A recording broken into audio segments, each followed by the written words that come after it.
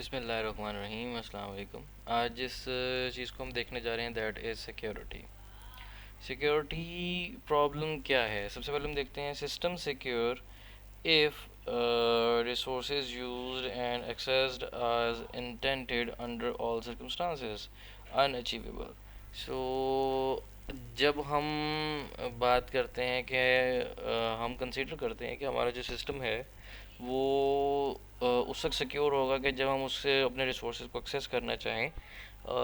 तो हम तमाम हालात के अंदर उनको जो है वो अचीव कर सकें। लेकिन ये अचीवेबल नहीं रहता है, उसकी वजह है हमारे पास कुछ। एक है हमारे पास इंट्रूडर्स या जिसको हम क्रैकर्स भी कहते हैं। अटेम्प्ट्स टू ब्रीच सिक्योरिटी, ये जो इंट्रूडर हैं ये हमारी सिक्योरिटी को ब्रीच करने की कोशिश करते हैं। थ्रेट्स रहते हैं हमारे पास, is a potential security violation. ये वो चीज़ है जो एक जो है वो अटैक हो सकता है, लेकिन ये जब तक नहीं होता तब तक ये थ्रेट रहता है। यानी ये अटैक हुआ नहीं है, लेकिन एक पोटेंशियल जो है करेक्टर है जो आप कह सकते हैं जो हमारे लिए रिस्क क्रिएट कर सकता है। तीसरी चीज़ हमारे पास आ जाती है attack. Attack is an attempt to breach security. यानी जो प्रोमिनेंट जो है अटैक हो चुका है that is falls in the category of attack. Attack can be accidental और मलेशियस। बाय चांस भी अगर आप कोई सिक्योरिटी वायलेशन कर जाएं तो वो भी आपका अटैक में कहला आ जाएगा। और अगर आप इंटेंशनली एक काम करते हैं और सिस्टम को इंट्रूड करने की कोशिश करते हैं तो वो भी अटैक की कैटेगरी में फॉल होता है। easier to protect against accidental than malicious misuse। अगर कोई एक्सीडेंशियल अटैक हो जाए तो वो तो आसानी से है कि वो जो है वो अपनी जो उसकी बाउंड्रीज हैं उसको वायलेट कर गया है बाय एक्सीडेंट, उसको जो है प्रोटेक्ट करना आसान है। जो मलेशियस अटैक्स हैं जो इंटेंशनली इस नीयत से किए गए हैं कि आपके सिस्टम को डैमेज करना है या आपकी जो भी वर्किंग है उसको ख़राब करना है, उससे बचना और उससे प्रोटेक्शन लेना में थोड़ी सी आसानी नहीं हो पाती, क्योंकि वो आपके सिस्टम की वीकनेसेस को ढूंढने के बाद उसको वायलेट किया जाता है। तो हमारी जो सिक्योरिटी वायलेशन है उसको अगर हम कैटेगराइज करें तो हमारे पास कौन सी कैटेगरीज हमारे पास मौजूद हैं? The one is your breach in confidentiality, यानी अनऑथराइज रीडिंग ऑफ डाटा। आपको अलाउड नहीं है कि आप इस डाटा को रीड कर सकें, लेकिन आप उस डाटा को रीड कर जाएं, that is your breach in confidentiality. Second one is your breach in integrity, unauthorise modification of a data. अगर आपको अलाउड नहीं है कि आप डाटा को मॉडिफाई कर सकें या एक फाइल पर वर्किंग कर सकें, अगर आप वो कर देते हैं तो भी आपकी वायलेशन की कैटेगरी में आ जाते हैं। Breach of availability, unauthorise destruction of data. आप डाटा को इरेज कर देते हैं विदाउट प्रॉपर ऑथराइजेशन, तो आपको जो जिस कैटेगरी में फॉलो करेंगे that will be breach of availability. Theft of services, unauthorise use of resources. वो रिसोर्सेज आप यूज़ करने की कोशिश करते हैं जो कि आपको परमिशन नहीं है यूज़ करने के। उसके बाद हमारे पास आ जाता है denial of service, prevention of legitimate use. आपको जो हकूक़ दिए गए हैं यूजिंग या राइट्स हैं आपके पास एक पर्टिकुलर यूज़र डोमेन में रहते हुए, अगर आप उनको भी यूज़ ना कर पाएँ तो वो आपकी डिनायल ऑफ सर्विस आ जाती है। अच्छा, मेथड्स कौन से हो सकते हैं? एक हो गया हमारे पास मिसक्वार्डिंग या breach authentication, pretend to be an authorise user to escalate privileges. अब एक प्रिविलेज आपको असाइन नहीं है, लेकिन आप प्रिटेंड करें कि आपके पास ये ऑथराइजेशंस मौजूद हैं और फिर आप एक वर्किंग करते हैं, तो वो आपकी एक तरीक़ेकार है जिससे आप सिस्टम को ब्रीच कर देते हैं। replay attack as is और with message modification। आपको जो एक मैसेज आना था आपने उस मैसेज को मॉडिफाई कर दिया है और उससे आपने अटैक किया। Man in the middle attack, यानी एक तरफ से आप सुन रहे हैं और दूसरी तरफ आप मैसेज सेंड कर रहे हैं, यानी जो इसने एक मैसेज आपको भेजा है वो मैसेज उसके अंदर आप कुछ अपनी आपने एक साइड से सेंडर बैठा हुआ मैसेज को रिसीवर के लिए भेज रहा है। अब बजाय ये कि सेंडर रिसीवर को डायरेक्ट भेजे, आप बीच में आके बैठ जाते हैं उनकी कम्युनिकेशन में, सेंडर का मैसेज सुनते हैं, उसको मॉडिफाई करते हैं और रिसीवर को सेंड कर देते हैं। सो इससे आपका जो है मैसेज है वो मॉडिफाई हो जाता है और आपके सेंडर रिसीवर को एक्चुअल बात का पता नहीं लग रहा होता। So intruder sits in data flow, miscoding as senders to receiver and vice versa। चौथी चीज़ आपको नज़र आती है session hijacking, intercept an already establish session by to bypass authentication. आप ऑथेंटिकेशन जो है वो जो है उसको बाईपास करें और जो ऑलरेडी सेशन चल रहा है उसके अंदर बीच में आके बैठ जाए। यहाँ पे हम देखते हैं कि नॉर्मल कम्युनिकेशन जो होती है वो है कि आपका जो सेंडर है और रिसीवर आपस में कम्युनिकेट कर रहा हो। अगर तो जो है आपकी अटैकर जो है वो दरमियान में आके बैठ जाए और प्रिटेंड करे कि मैं सेंडर हूँ और वो कम्युनिकेशन करना शुरू कर दे सेंडर रिसीवर के साथ, तो ये आपकी मिसकॉर्डिंग कैटेगरी में फॉल कर जाएगा। और अगर आप यानी इस तरीके से कम्युनिकेट कर रहे हो कि सेंडर का मैसेज अटैकर के पास आए और ये अटैकर उसको मॉडिफाई करे और फिर इसको रिसीवर के पास भेज दे, और इसी तरह जब रिसीवर कोई मैसेज भेज रहा हो तो वो बजाय सेंडर तक पहुंचने के वो अटैकर तक पहुंच रहा हो और ये उसको जो है मॉडिफाई करके सेंडर की तरफ भेज रहा हो, तो वो आपकी कैटेगरी आ जाती है मैन इन द मिडल। सो मयरिंग आपके जो सिक्योरिटी मेजर्स हैं उनको आपके इन लेवल्स के ऊपर डिफाइन कर देते हैं। एक आपके पास आ जाता है फिज़िकल लेवल के ऊपर, यानी आप डाटा सर्वर्स और सेंटर्स के अंदर जो हैं वो जो टर्मिनल्स हैं उनको आप सिक्योर करते हैं, तो ये आपका फिज़िकली जो सिस्टम है आप उसको सिक्योर कर रहे हैं। दूसरी चीज़ है avoid social engineering, fishing and dumpster diving. आप जो है वो ह्यूमन इंटरवेंशन जो है उससे जो है वो सिस्टम को जो है बचाते हैं। जब हम ह्यूमन इंटरवेंशन की बात करते हैं तो आप जो है यानी ऐसी टैक्टिक्स जो सिस्टम जो है वो यानी आपके पास जो है वो सोशल इंजीनियरिंग टेक्निक्स लगा रहा हो, यानी वो मैनिपुलेट करे आपके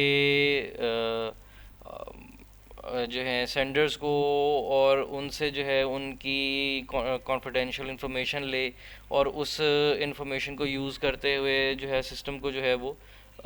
वायलेट करे, और इसी तरीके से आपका कोई डाटा स्टील करने के बाद आपके क्रेडेंशियल्स जिसमें क्रेडिट कार्ड नंबर्स हो गया, आपका आइडेंटिफिकेशन नंबर्स हो गए, इनको यूज़ करते हुए आपके सिस्टम से लॉगिन करे और वो जो है प्रिटेंड करे कि सेंडर है, जबकि वो बेसिकली जो है ना एक थर्ड पार्टी बीच में मौजूद हो। ये आपके पास जो है इस चीज़ से आपने बचना हो। थर्ड लेवल जो आपके पास आ जाता है कि आपका ऑपरेटिंग सिस्टम जो है वो आपको एक प्रोटेक्शन मैकेनिज़्म प्रोवाइड करे जो सिस्टम लेवल के ऊपर जो है उसको प्रोटेक्शन दे सके। और जो नेटवर्क है इसके अंदर जो है आपको ये देखना होता है कि जो आपकी कम्युनिकेशन हो रही है ओवर द नेटवर्क, इसके अंदर जो है कोई इंटरसेप्शन ना हो रही हो। सिक्योरिटी की जब हम बात करते हैं तो it is just like a weak link in, उतनी ही वीक होगी जितना आपका चेन के अंदर जो कम्युनिकेशन के अंदर किसी जगह पे भी लैप्स आ जाएगा, तो जहाँ पे भी आपको वीक लिंक नज़र आएगा वहीं से आपकी जो है वो चेन ब्रेक हो जाएगी, और जब चेन ब्रेक होगी कम्युनिकेशन की तो वहीं पे आपका अटैक आएगा और वहीं से आपकी जो सिक्योरिटी है वो कॉम्प्रोमाइज़ हो जाएगी। अब हम बात करते हैं कि प्रोजेक्ट थ्रेड्स कौन से होते हैं, जो अगर हम मेजर किस्म की कैटेगरीज में अगर हम देखेंगे तो एक तो हमें नज़र आता है ट्रोजन हॉर्स। ट्रोजन हॉर्स जो है बेसिकली एक मालवेयर है जो कि आपके सॉफ्टवेयर के अंदर जो है वो डिस्गाइज होकर आपके कोड सेगमेंट में का जो है कोड सेगमेंट का मिसयूज़ करता है। ये स्पाई वेयर के तौर पे काम करता है और स्पाई करता है आपके सिस्टम को, उसमें से वीकनेसेस को तलाश करने में इसका काफ़ी करामद रहता है। ट्रैप डोर्स जो है is a secret entry point in a program, इसके अंदर से वो देखते हैं कि कहाँ पे हमारे पास वो पर्टिकुलर पॉइंट मौजूद है जहाँ से हम उसको एक्सप्लॉइट कर सकते हैं और वहाँ से सिस्टम को एक्सेस कर सकते हैं, और वहाँ से हम जो है सिस्टम को जो है वो जो है उसका मिसयूज़ कर सकते हैं। Specific user identifies password that no, circumvents normal security procedures could be included in a compiler. अब ये एक छोटा सा कोई आपने प्रोग्राम जो है वो आप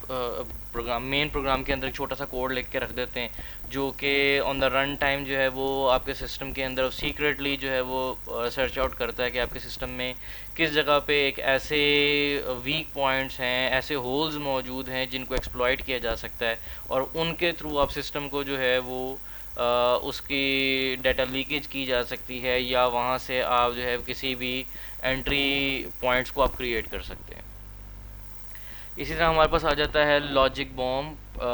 programme that initiates a security incident under certain circumstances. ये एक ऐसी आपके पास जो है वो थ्रेट है जो उस वक्त इनिशिएट करता है अपना अटैक अगर उसके कोई ख़ास क्राइटेरिया जो है वो मीट कर जाए। टिल दैट टाइम वो साइलेंटली जो है वो बैठा रहता है उसके सिस्टम के अंदर, और जब उसके रिक्वायर्ड कंडीशंस मीट कर जाती हैं तब वो अपना जो है सिस्टम जो है उसके ऊपर अपना अटैक जो है वो लॉन्च करता है। इसी तरह हमारे पास आ जाता है स्टैक या बफर ओवरफ्लो। अब buffer overflow is a type of software vulnerability that exists when an area of a memory within a software application reaches its address boundary and writes into the adjacent memory region. Exploit a bug program, failure to check bounds on an input argument, write past arguments on the stack and into the return address on a stack. अब ये करता है कि आपकी जो memory है उसको जो है वो फिल करवा देता है, और कोशिश करता है कि आपकी जो है वो इतनी फिल हो जाए कि आप एडजस्टेंट मेमोरी जो है वो मोर मेमोरी क्लेम करें। तो आपका जो है वो जो बफर जोन है या आपकी स्टैक है उसके ऊपर जो है ना उसका लोड आना शुरू हो जाता है, यानी वो उसके अंदर वो गार्बेज इस तरह से फिलिंग करना शुरू करता है कि आपका जो डाटा है, मेमोरी डाटा है या मेमोरी स्पेस है वो ओवर ऑक्यूपाइड होना शुरू हो जाए, और इवन जो है वो पॉइंटिंग्स फॉल्स जगह पे करना शुरू कर देता है, यानी स्टैक के अंदर जिस जगह पे पॉइंटिंग होनी चाहिए उसकी जगह वो दूसरी जगह पे पॉइंटिंग्स करवाना शुरू कर देता है। सो ये आपका जो है वो स्टैक या ओवरफ्लो बफर जो है वो काम करता है। अगर आप उसको देखेंगे कि नॉर्मली अगर आपके पास अगर हमारे पास एक स्टैक मौजूद हो तो आपके पास आता है कि आपका जो डाटा है उसके अंदर ऑलरेडी मौजूद है कि आपने रिटर्न कहाँ पे करना है। उसके अलावा आपको पॉइंटिंग की चीज़ें हैं, बफर जोन अवेलेबल है जहाँ पे आप डाटा की बफरिंग वगैरह कर रहे हैं। लेकिन जब आपको सिस्टम के ऊपर जो है वो अटैक लॉन्च हो जाएगा तो वो क्या करेगा कि जो उसका रिटर्न एड्रेस है उसको मॉडिफाई कर देगा, और एरिया जो है उसको नो ऑपरेशन में कन्वर्ट कर देगा, और जो बाकी आपका एरिया है उसके अंदर कुछ मॉडिफाइड कोड रख देगा जो उसको जो है जिस तरीके से उसकी एग्जीक्यूशन होनी चाहिए उसके बजाय वो मॉडिफाइड किस्म की वर्किंग की तरफ मूव करना शुरू कर देगा, बजाय ये कि जो उसने एक्चुअल वर्किंग करनी थी। अच्छा, इसके अलावा जो हमारे पास प्रोग्राम थ्रेड्स आ जाते हैं, इसमें हमारे पास वायरसेस आ जाते हैं। ये एक स्पेशल कोड है जो कि आपके सिस्टम के अंदर जो है वो रन करता है, और रन करने के बाद जो है आपके सिस्टम आर्किटेक्चर को एक्सप्लॉइट करता है, आपके वर्किंग को डैमेज करता है, आपकी जो फाइल्स हैं उनको डिस्ट्रॉय करता है, और आपकी वर्किंग को स्लो करता जाता है, और उसकी जो परफॉर्मेंस है उसको भी डिग्रेड करता है। आता कैसे है, कोई ईमेल आपने ओपन कर ली है या कोई आपने डॉक्यूमेंट ऐसे ओपन कर लिया है जो आपको जो है ओवर द नेटवर्क आपको अवेलेबल हुआ है, उसके अंदर कोई ऐसा कोई कोड है जो रन करेगा, या कोई ऐसा मैक्रो है विजुअल बेसिक का जो रन करेगा, तो वो आपके सिस्टम के अंदर जो है या तो फाइल्स को डिलीट करना शुरू कर देगा, या उनको मॉडिफाई करना शुरू कर देगा, या उसकी रेप्लिकेशंस करना शुरू कर देगा। एक आपका जो इसका वायरस ड्रॉपर है वो आपके सिस्टम के अंदर जो है वायरस को ड्रॉप करता है, और उसके बाद हमें नज़र आता है इसके हमारे पास कौन सी फाइल्स मौजूद हैं। इसके अंदर मुख्तलिफ़ कैटेगरीज हमारे पास वायरसेस की मौजूद हैं, जिनमें से कुछ जो हैं हमारे पास जो हैं जो मशहूर हैं उनमें आपकी आ जाती है file parasitic, boot memory, macros, source code, polymorphic to avoid having as virus signature, encrypted, stealth, tunnelling, multipartite and armoured. जब हम बात करते हैं वायरस की, तो वो सबसे पहले जो वायरस आपके सिस्टम में अटैक करता है वो किसी न किसी एक ख़ास जगह पे अपनी डाटा को कॉपी कर लेगा, जो कि जो है वो यूज़ में ना आ रही हो बूट सेक्शन के अंदर, और फिर उसके बाद वहाँ से वो बूट सेक्शन को जो है वो रिप्लेस करना शुरू करता है, जिससे आपके सिस्टम की परफॉर्मेंस डिग्रेड होना शुरू हो जाती है, आपके फाइल सिस्टम के अंदर करप्शंस आना शुरू हो जाती हैं। उसके बाद जब आप सिस्टम बूट कर रहे होते हैं तो इसी वजह से आपकी जो फिज़िकली अवेलेबल मेमोरी होती है वो आपको लिमिट में नज़र आना शुरू हो जाती है, क्योंकि वो जो उसकी एक्चुअल मेमोरी लिमिट्स हैं वो उसको जो है वो डिस्टर्ब कर देता है। उसके अलावा जो आपकी रीडिंग एंड राइटिंग प्रोसीजर्स हैं, उनकी एक्टिविटीज़ को जो है वायरस उनको भी अटैक करता है और उनको डिस्टर्ब कर देता है। इसके अलावा यहाँ से फिर जो उसके बाद मुख्तलिफ अटैक्स लॉन्च होते हैं, उनमें लॉजिक बॉम्ब जो है वो लॉन्च होता है, और उसके अलावा अगर कोई प्रोग्राम उसको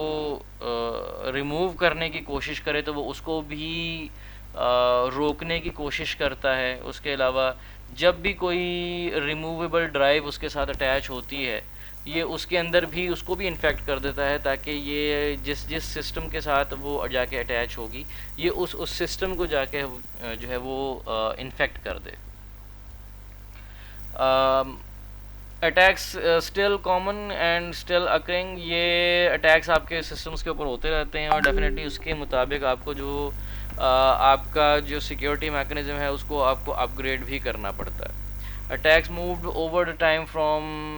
science experiments to tool organized crimes. Start में जो वायरसेस थे वो सिंपल एक्सपेरिमेंट से स्टार्ट हुए, अब ये ऑर्गेनाइज क्राइम की तरफ मूव करना शुरू हो गए हैं कि जानबूझ के किसी सिस्टम को या किसी ऑर्गेनाइजेशनल पूरी जो उनकी हायरार्की है उसको डैमेज करने की कोशिश की जाती है, उनके सर्वर्स को, उनके डाटा सेट्स को, उनके डाटा जो भी उन्होंने इकट्ठा किया हुआ है उन तमाम चीज़ों को, उनकी फ़ाइल्स को, उनको जो है वो ऑर्गेनाइज्ड वे में जो है वो ये किया जाता है। इसके पीछे कोई भी रीज़न हो सकती है, या तो ये भी रीज़न हो सकती है कि कोई आपने उनसे बेनिफिट लेना हो, या आपने उनसे रैंसम कोई डिमांड करना हो, या आप किसी स्पेसिफिक पर्पस की बेस पे आप उनको टारगेट करना चाह रहे हो। किस लिए किया जाता है ये targeting specific companies, creating botnets to use as tool for spam and distributed denial of services delivery, ताकि आप इसको स्पैम या डिनाइल सर्विसेज की डिलीवरी के तौर पे आप यूज़ कर सकें। की स्ट्रोक लॉगर, आप उनकी जो भी सिस्टम को यूज़ कर रहा है, वो जो भी कीबोर्ड के ऊपर एंट्रीज कर रहा है, जो भी वो प्रेस कर रहा है की, उसकी लॉगिंग करना शुरू कर देते हैं उससे, ताकि आपको ये पता लग सके कि उस पर कौन से पासवर्ड्स एंटर किए गए हैं, या क्रेडिट कार्ड नंबर्स, या स्पेशल आइडेंटिफिकेशन नंबर्स, ताकि उनका रिकॉर्ड क्रिएट किया जा सके और उसको जो है एक्सप्लॉइट किया जा सके। विंडोज़ के ऊपर ज़्यादा अटैक्स क्यों होते हैं, उसकी वजह एक तो ये है कि बाकी जो हमारे पास जिस तरह यूनिक्स लिनक्स हमारे पास ऑपरेटिंग सिस्टम्स हैं वो ओपन सोर्स हैं, तो उसका जो है वो क्योंकि फ्रीली अवेलेबल है। विंडोज़ ऐसा ऑपरेटिंग सिस्टम है जिसको आपको परचेज़ करना पड़ता है, चूँकि इसके अंदर आपको लाइसेंसिंग रिक्वायर्ड है, तो डेफिनेटली जब परचेजिंग की बात आ जाएगी तो आप उसको एक्सप्लॉइट करने की कोशिश करते हैं और उसको जो है वो फ्री वेयर की तरफ लेके जाना चाहते हैं, फ्री में उसको यूज़ करना चाहते हैं, तो इसलिए भी उसके ऊपर अटैक्स आ जाते हैं और लाइसेंसिंग्स को जो है वो एक्सप्लॉइट करने की कोशिश की जाती है।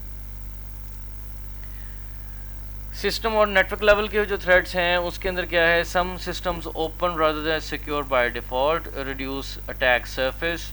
But harder to use, more knowledge needed to administrate.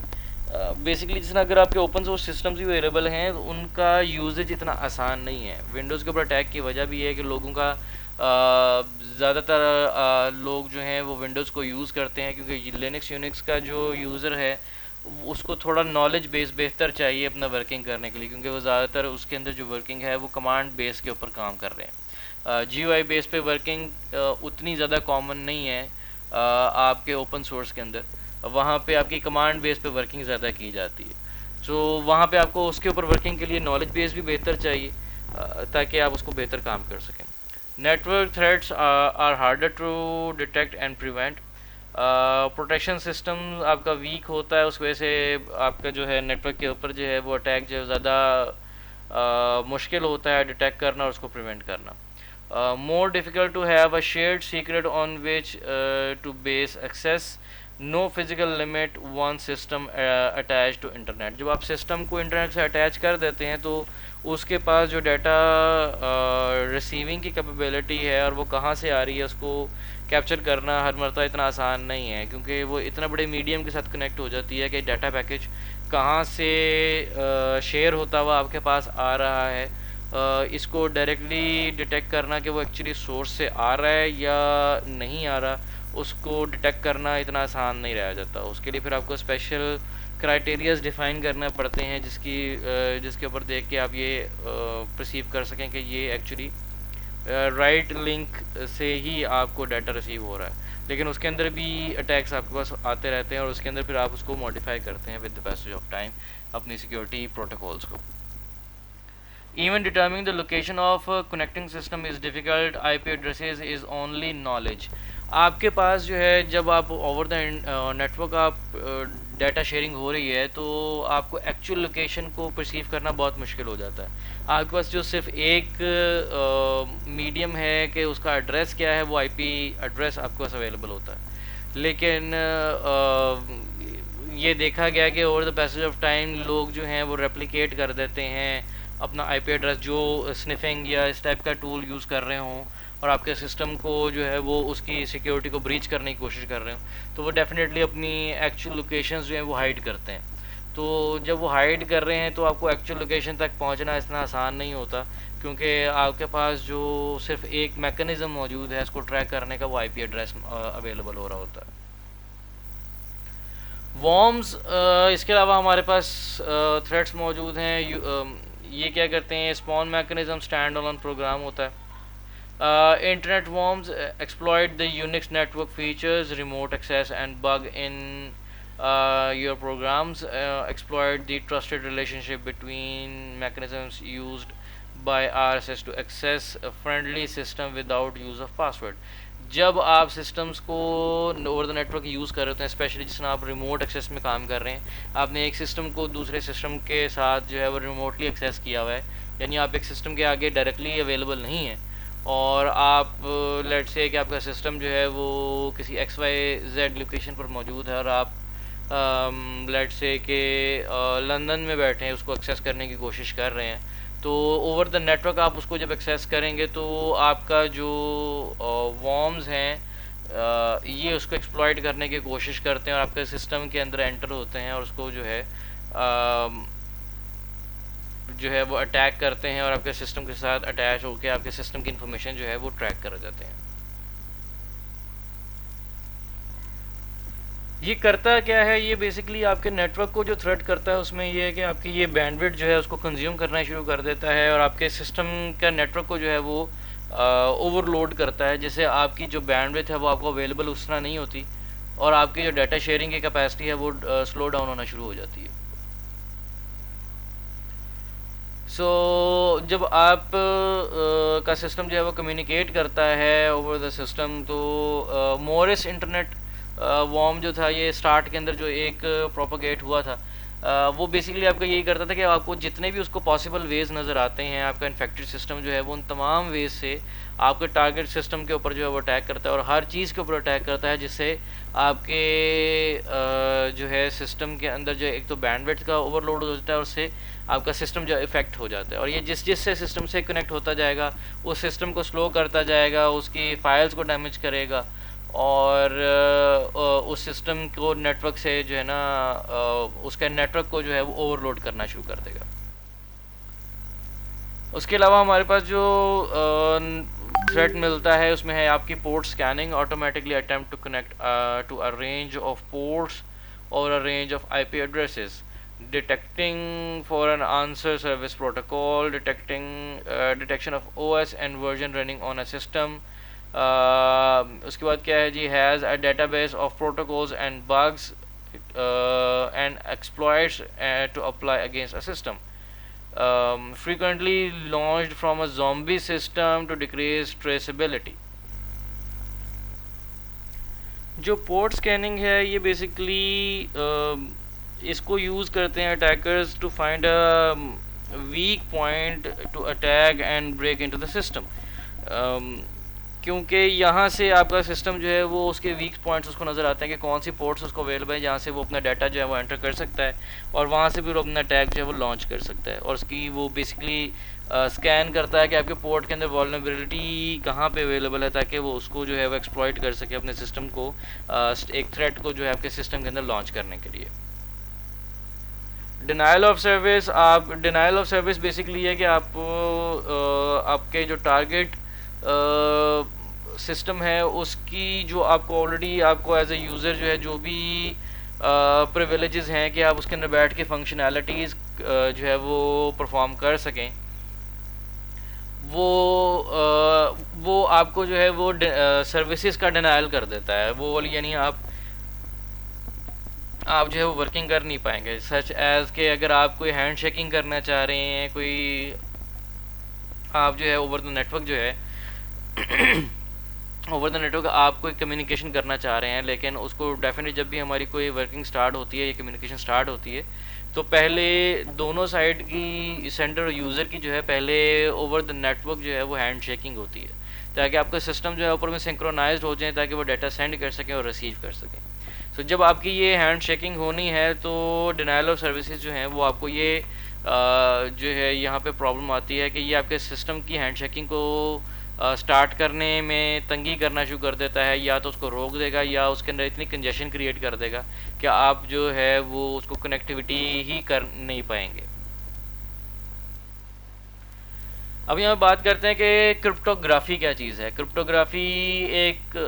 Tool है, सिक्योरिटी टूल, जिसके थ्रू आप जो है ओवर द नेटवर्क जो है कम्युनिकेशन करते हैं। क्योंकि हमारे पास जो ओवर द नेटवर्क है वो जो सोर्स ऑफ मीडियम है वो काफ़ी ओपन सोर्स है, यानी उसके ऊपर सारे तमाम के तमाम नेटवर्क जो हैं अवेलेबल हैं, तमाम अफराद उस पर अवेलेबल हैं, तमाम यूज़र्स अवेलेबल हैं। तो उसके ऊपर जो है वो जो सिस्टम है वो एक दूसरे को चेक कर सकते हैं, हमारे पास वल्नरेबिलिटी आ जाती है। तो उसके लिए हम एक क्रिप्टोग्राफी अप्लाई करते हैं। क्रिप्टोग्राफी ये है कि जो आप मैसेज किसी को सेंड करना चाहते हैं, जो आप डाटा सेंड करना चाहते हैं, वो आप एक्चुअली वही मैसेज जो है वो दूसरे को सेंड नहीं कर रहे होते, बल्कि उसके ऊपर एक स्पेशल एक टेक्निक लगाते हैं और उस मैसेज को आप किसी और फॉर्म में जो है वो कन्वर्ट कर देते हैं। और जब रिसीवर उस मैसेज को, उस कोडेड मैसेज को रिसीव करता है तो वो उस मैसेज को उसी तकनीक से वही टेक्निक लगा के उस डाटा को जो है वो दोबारा रिट्रीव करता है, और जो वो दोबारा रिट्रीव करता है वो एक्चुअल मैसेज होता है जो आपका यूज़र आपको सेंड करना चाहता है। और जब वो डिकोड कर लेता है उस मैसेज को तो फिर वो उसकी बात को इंटरप्रेट कर देता है, और इस तरह वो कम्युनिकेशन आपकी क्रिप्टोग्राफी के अंदर जो है वो मूव करती है। सो क्रिप्टोग्राफी के अंदर चीज़ क्या होती है कि एक तो आपका सेंडर है और एक आपका डेस्टिनेशन है। सेंडर जो है वो आपका मैसेज जो है वो सेंड कर रहा है डेस्टिनेशन को, लेकिन जब वो ये बात कर रहा है तो वो क्या करेगा, उसके अंदर उसके पास कुछ कीज़ होंगी। वो की एक ऐसा कोड है जिसके साथ वो आपके मैसेज को इंटरेक्ट करवाता है और मैसेज की को एक फॉर्म में से दूसरी फॉर्म में कन्वर्ट कर देता है। अब वो जो कन्वर्टेड फॉर्म है वो आपके डेस्टिनेशन के ऊपर जो है वो सेंड की जाती है। उसके अलावा जो कम्युनिकेशन हो रही है उसके अंदर आपकी कंफर्मेशन ऑफ द सोर्स होती है, receipt only by certain destination, trust relationship between sender and receiver. ये आपकी क्रिप्टोग्राफी जो है वो आपको प्रोवाइड करती है, एक तो की, और उसके अलावा आपको ट्रस्ट वर्दी रिलेशनशिप क्रिएट कर होता है आपका data movement from one to another. So जो आपकी क्रिप्टोग्राफी है इसके अंदर हमारे पास दो चीज़ें हैं, एक हम इनक्रिप्शन करते हैं और फिर हम इसकी डिक्रिप्शन करते हैं। इनक्रिप्शन बेसिकली ये है कि आपका जो मैसेज है उसको दूसरी फॉर्म में हम उस की मदद से हम उसको मैसेज को फॉर्म में किसी और फॉर्म में कन्वर्ट कर देते हैं और उसको साइफर टेक्स्ट में कन्वर्ट कर देते हैं। और जो करते ये हैं कि हमारे पास कुछ सेट ऑफ कीज़ मौजूद हैं, वो हम मैसेज के ऊपर इम्प्लीमेंट करते हैं, और जो हमारे पास इस की के इम्प्लीमेंटेशन से हमारे पास साइफर टेक्स्ट क्रिएट होता है। सो आप क्या पास क्या है, आपके पास एक फंक्शन है, वो उस फंक्शन के अंदर आपकी जो रेलेवेंट की है उसको मैसेज के ऊपर अप्लाई करता है, जिसके बाद आपका जो मैसेज है वो एक इनक्रिप्टेड मैसेज के अंदर कन्वर्ट हो जाता है, और ये आपका ओवर द मीडियम जो है वो आपकी डेस्टिनेशन के ऊपर जो है वो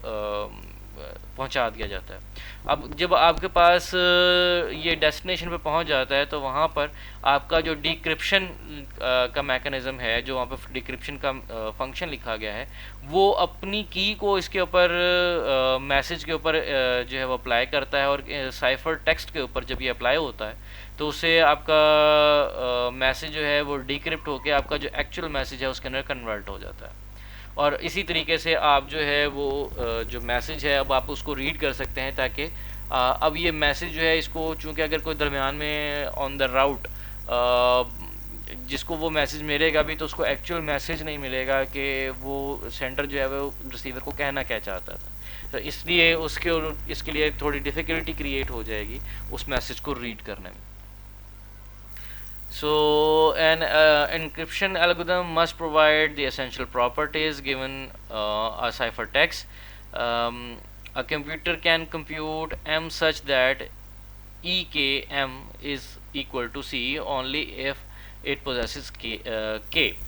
आपका जो मैसेज है वो उस वक्त आपका जो है इनक्रिप्टेड मैसेज के अंदर कन्वर्ट होगा,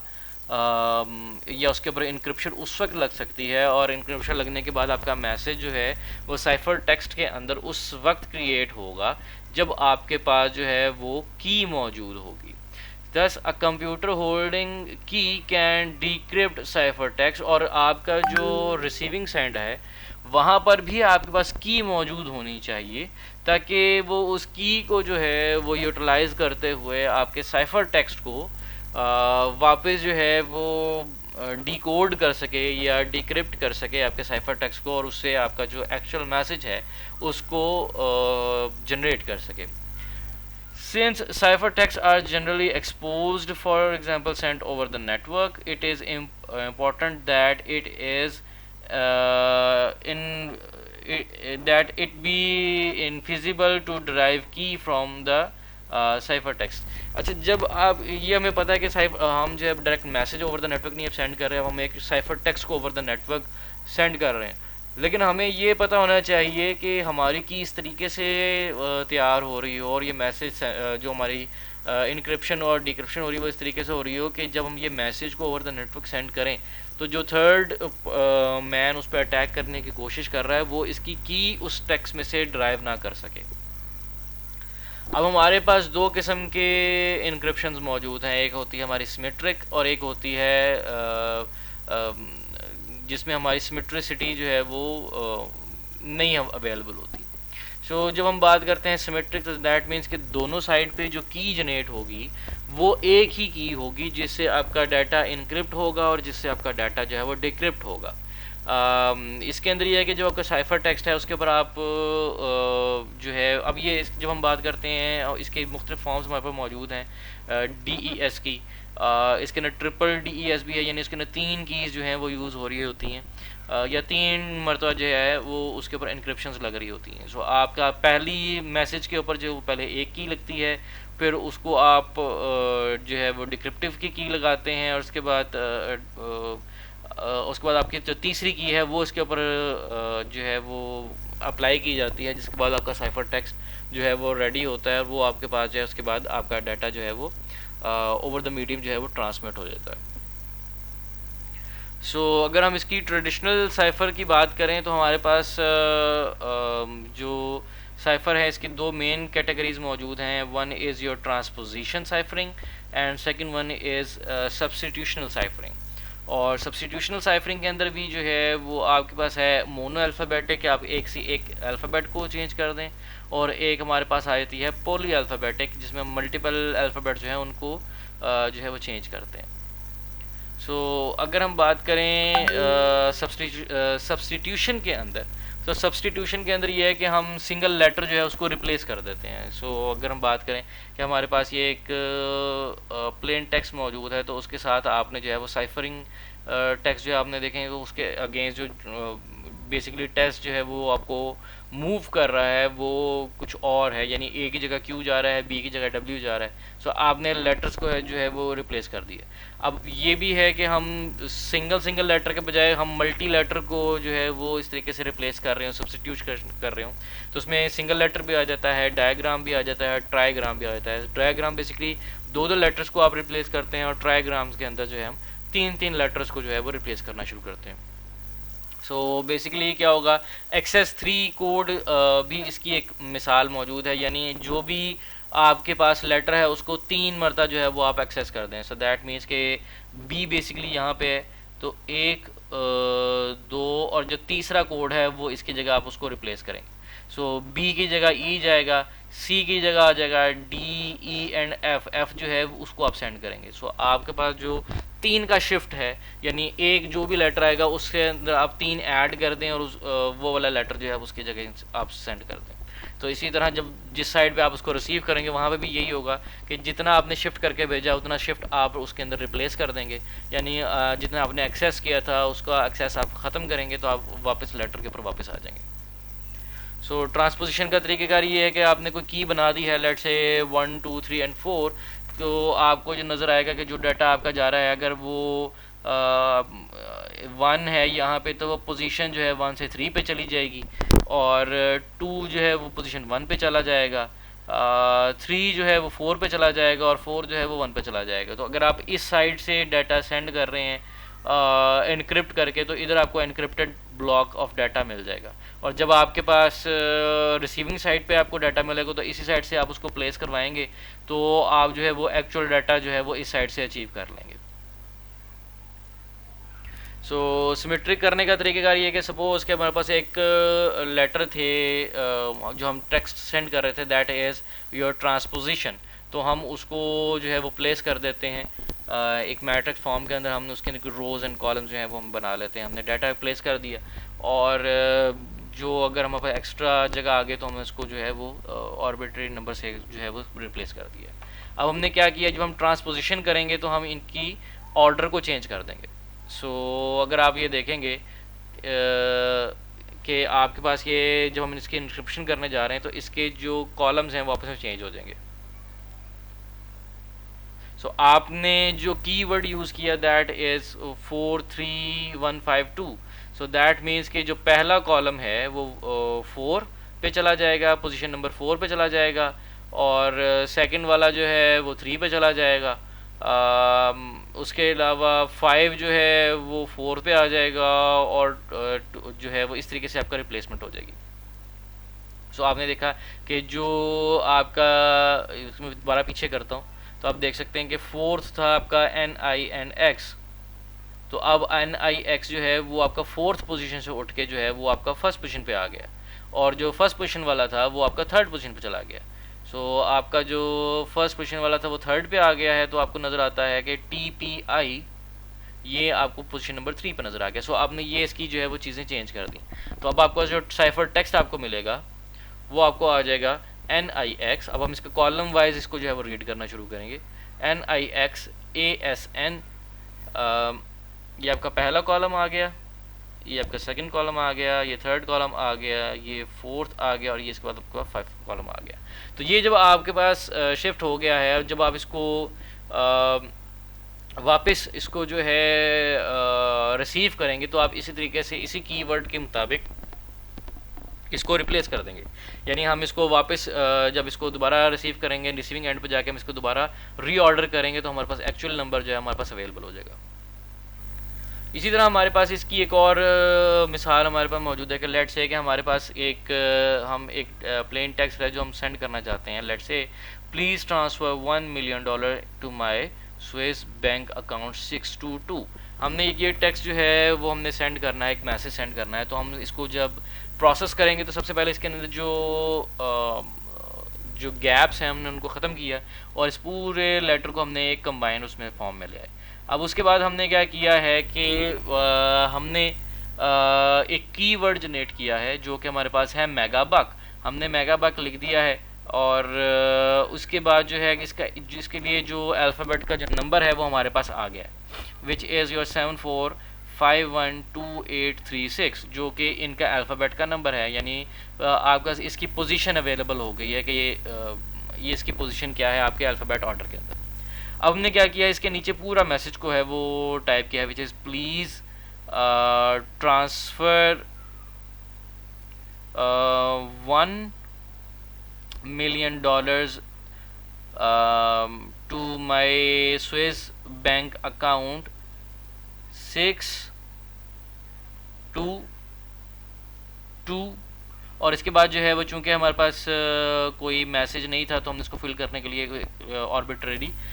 वर्ड्स को जो है हमने यहाँ पे प्लेस कर दिया। अब ये जब हमारे पास अवेलेबल हो गया तो हम इसको अब री ऑर्डर करेंगे क्योंकि हमारे पास इसका ऑर्डर मौजूद है। फर्स्ट इज़ योर ए, तो हमने ए को सेंड किया विच इज़ AFLLSKSO, तो ये आपका पहले मूव कर गया। फिर आपका जो है ये सेकंड वाला मूव करेगा विच इज़ SELAWAIA, तो इसके बाद आपका जो है वो सेकंड जो है वो कॉलम मूव कर गया और इस तरीके से आपका जो है मूव कर जाएगा। हमें ये पता है कि इसका ऑर्डर क्या है, तो हम इसका जो ऑर्डर है वो की मदद से हम वहाँ पर रिवर्स करके हम जो है इसकी वैल्यू को जो है वो डिक्रिप्ट कर सकते हैं। सो आपका तरीक़ेकार ये होगा कि जब आपने एक मैसेज लिखा है तो एनक्रिप्शन पॉइंट के ऊपर आप एक की मदद से जो है इसको इनक्रिप्ट करेंगे और ये की जो है वो आपने सेकंड एंड के ऊपर जो है वो ट्रांसमिट कर दिया। जब आपने ओवर द मीडियम ये साइफर टेक्स्ट जो है वो सेंड किया है तो डिक्रिप्शन साइड के ऊपर आपका जो की यही की मौजूद है, इसी की मौजूदगी में आप इस मैसेज को डिक्रिप्ट करेंगे और यहाँ से आप एक्चुअल मैसेज को रिसीव कर लेंगे और वो आप उसको रीड कर सकते हैं। दूसरी जो हमारे पास इनक्रिप्शन टेक्निक मौजूद है दैट इज़ योर एसिमेट्रिक की। एसिमेट्रिक की के अंदर जो है जो रिसीवर और सेंडिंग साइड है वहाँ पे एक सिंगल की मौजूद नहीं होती। इसके अंदर हमारे पास दो कीज़ मौजूद हैं, एक को हम कहते हैं पब्लिक की और एक होती है आपकी प्राइवेट की। आपने जिसको डाटा सेंड करना है आप उसकी पब्लिक की मदद से डाटा को इनक्रिप्ट करेंगे और उस बंदे को सेंड कर देंगे। लेट्स से कि यूज़र 1 यूज़र 2 को जो है डाटा सेंड करना चाहता है, तो यूज़र 1 जो है वो यूज़र 2 की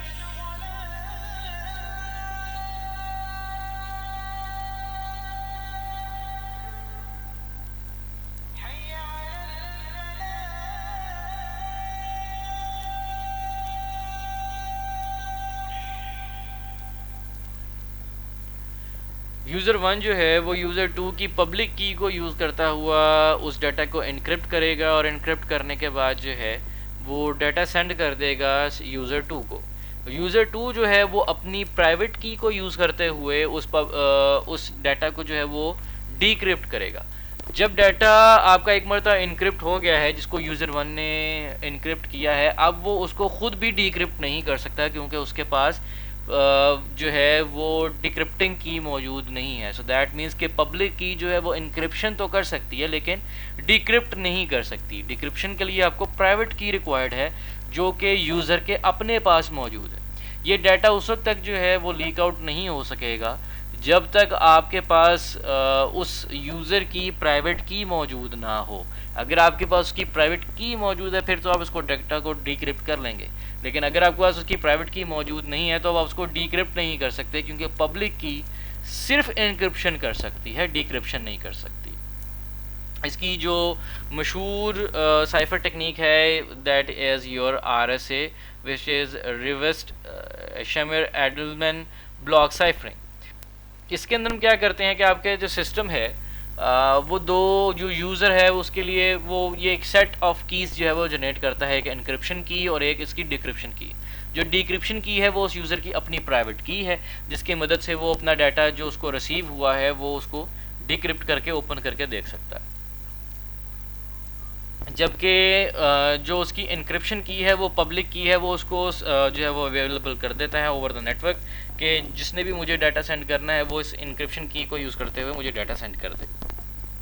सो आप क्या करेंगे, उसके ऊपर इनक्रिप्शन एल्गोरिदम लगाएंगे मैसेज के ऊपर और जब आप उसका फंक्शन अप्लाई करेंगे तो उससे आप जो है मैसेज को इनक्रिप्ट करेंगे और ओवर द नेटवर्क जो है जो है आप उस यूज़र को जो है वो सेंड कर देंगे।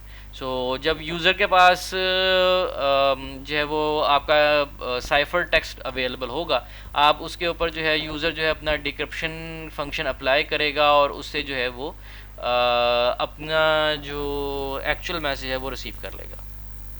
लेट्स से कि आपके पास जो नंबर है p according to that technique is p is equal to 7 and q is equal to 13। अब इससे आप जो है अपनी कीज़ जनरेट करना चाहते हैं, तो आप यहाँ से अपना n नंबर जो है वो कैलकुलेट कर सकते हैं और p minus one into Q minus one number आपने यहाँ से जनरेट किया विच इज़ 72। अब आप यहाँ से जो जो आपका प्राइम नंबर जनरेट होता है फॉर योर इंक्रिप्शन की इज़ 72, और ये नंबर जो है वो चूँकि 72 से बिलो होना चाहिए और प्राइम नंबर होना चाहिए, तो आपको जो नंबर यील्ड होता है दैट इज़ 5। एंड हम जो यहाँ से डिक्रिप्टिव की निकालते हैं इसी को यूज़ करते हुए इंक्रिप्शन और डिक्रिप्शन की को जब हम इसका मॉड लेते हैं 72 के साथ तो हमें मिलता है 1, और वो जो पॉइंट हमें मिलता है वो है 29। सो दैट मीन्स कि अगर आपकी हम बात करें कि जो हमारे पास पब्लिक की मौजूद होगी दैट इज़ 5, और जो हमारे पास डिक्रिप्टिव की मौजूद होगी दैट इज़ 29। अब आपने एक मैसेज जो है वो सेंड किया है 69 ओवर द नेटवर्क यूजिंग जो है पब्लिक की, और आपका जो साइफर टेक्स्ट जनरेट हुआ है दैट इज़ 62। जब ये रिसीविंग एंड पर जाएगा तो वो अपनी प्राइवेट की को यूज़ करेगा इस साइफर टेक्स्ट के ऊपर, और वहाँ से ये जो नंबर अपना एक्चुअल मैसेज जो उसने 69 भेजा था उसको वो जनरेट कर लेगा। आपने जो मैसेज टाइप किया 69 उसको आपने जो है उसके ऊपर आपने इनक्रिप्शन की 69 का आपने मॉड लिया, 69 पावर 5 का मॉड लिया विद 91, और उससे आपने जो मैसेज जो है इनक्रिप्ट किया और आपका जो इनक्रिप्टेड मैसेज था वो बन गया 62। ये ओवर द नेटवर्क जो है वो जो है वो रिसीविंग साइड पर पहुंचा। अब उसी के ऊपर जो आपका मैसेज रिसीव हुआ है उसके ऊपर उसने प्राइवेट की अप्लाई की विच इज़ 29 और उसका मॉड लिया 91 के साथ, और उससे जो मैसेज उसका रिजल्टेंट जनरेट हुआ वो वापस 69 आ गया, जो अब आप जो है वो रीड कर सकते हैं। क्रिप्टोग्राफी के ऊपर बात करते हैं। Note symmetric cryptography based on transformation whereas asymmetric is based on mathematical functions. जो आपकी सिमेट्रिक है उसके अंदर हम ज़्यादातर ट्रांसफॉर्मेशन कर रहे होते हैं कि हमें एक करेक्टर को लेफ़्ट से राइट कर दिया या राइट से लेफ़्ट कर दिया या उसको हमने एक जगह से दूसरी जगह मिसप्लेस कर दिया। जबकि जब हम बात करते हैं एसिमेट्रिक तो यहाँ पे हमें मैथमेटिकल फंक्शंस लगाने पड़ते हैं, मैथमेटिकल कैलकुलेशंस या मैथमेटिकल को फार्मूलाज जो हैं वो हमें ड्राइव करने पड़ते हैं, और उनकी बेसिस पे हम जो है वो एसिमेट्रिक जो है वो साइफर टेक्स्टिंग जो है या क्रिप्टोग्राफी जो है उसको हम परफॉर्म कर सकते हैं। So asymmetric much more compute intensive, typically not used for bulk data encryption। ज़्यादातर हम जब asymmetric कर रहे हो तो हम छोटे छोटे पैकेट्स के लिए हम जो है वो इसको यूज़ कर सकते हैं asymmetric को। ज़्यादा बल्क ऑफ डाटा के ऊपर डायरेक्टली हम जो है वो asymmetric नहीं लगा सकते, क्योंकि इसके ऊपर जो कंप्यूटेशनल है वो इंटेंसिव है, और चूँकि फार्मूला बेस्ड है तो हम जो है इसके ऊपर ज़्यादा वर्किंग नहीं कर सकते। ज़्यादा बड़े बल्क ऑफ डाटा के ऊपर जो है वो डायरेक्टली इसको अप्लाई करके उसको नहीं सेंड करते। इसके अलावा हमारे पास आ जाती है ऑथेंटिकेशन। ऑथेंटिकेशन के अंदर क्या है जी, constraint set of potential sender of a message. अब यहाँ पे हम ऑथेंटिकेशन कर रहे हैं कि जिसने क्या यूज़र ए जिससे वो डाटा एक्सपेक्ट कर रहा है यूज़र बी, उसी ने ही हमारे पास डाटा भेजा है या नहीं, तो हम उसको ऑथेंटिकेट करते हैं, और ऑथेंटिकेशन के बाद जो है वो उससे हमारी जो सिक्योरिटी का लेवल है वो बेहतर हो जाता है। So complementary to encryption also can prove message is unmodified. अगर हम उसको ऑथेंटिकेट करें तो उससे हमें फ़ायदा ये हो जाएगा कि हमें ये भी क्लैरिटी हो जाएगी कि क्या डाटा को मॉडिफाई किया गया है या नहीं। इसके अंदर क्या है कि एक तो हमारे पास की मौजूद है, मैसेज मौजूद है, और हमारे पास ऑथेंटिकेटर्स मौजूद है। तो आपने जो सेंडर है वो की मदद से मैसेज को ऑथेंटिकेटर्स पहले की अप्लाई करता है, उसको ऑथेंटिकेशन में कन्वर्ट करता है, और जो की है वो सेट ऑफ कीज़ के अंदर मौजूद होनी चाहिए जो कि अवेलेबल है आपके पास सेंडर के लिए। जब ये सेंडर जो है वो इस फंक्शन को अप्लाई करेगा और इसके बाद ऑथेंटिकेटर मैसेज का जनरेट कर देगा, तो वो जो है सेंडर वो सेंड करेगा रिसीवर वाली साइड पे। इसी तरह जो फंक्शन है वी, वो की अप्लाई करेगा मैसेज के ऊपर, और मैसेज के साथ जो है वो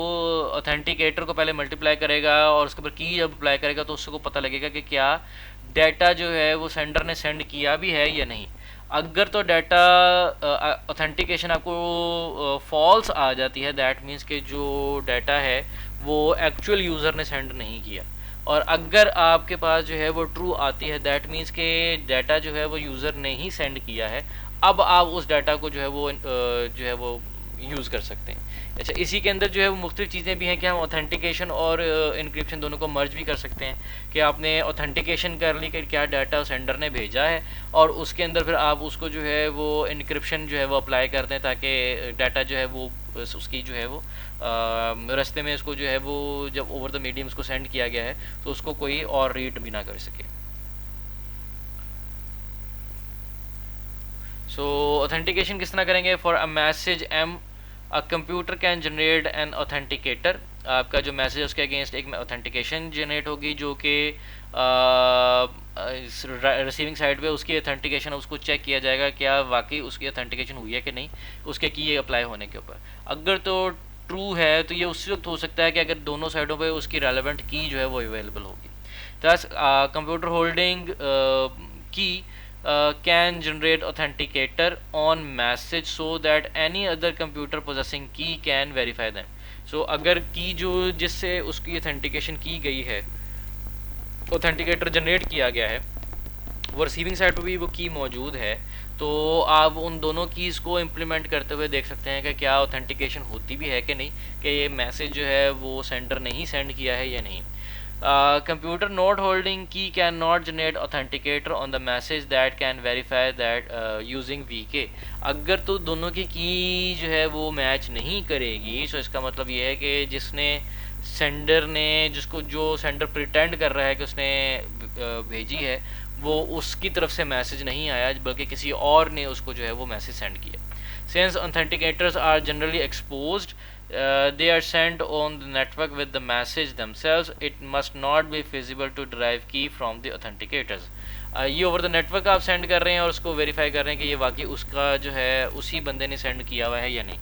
क्योंकि ओवर द नेटवर्क जो है हर यूज़र की एक ऑथेंटिकेटिंग की जो है वो अवेलेबल है। आप उसकी की को यूज़ करते हुए आप चेक कर लें कि क्या ये उसी की तरफ से मैसेज आया है या नहीं।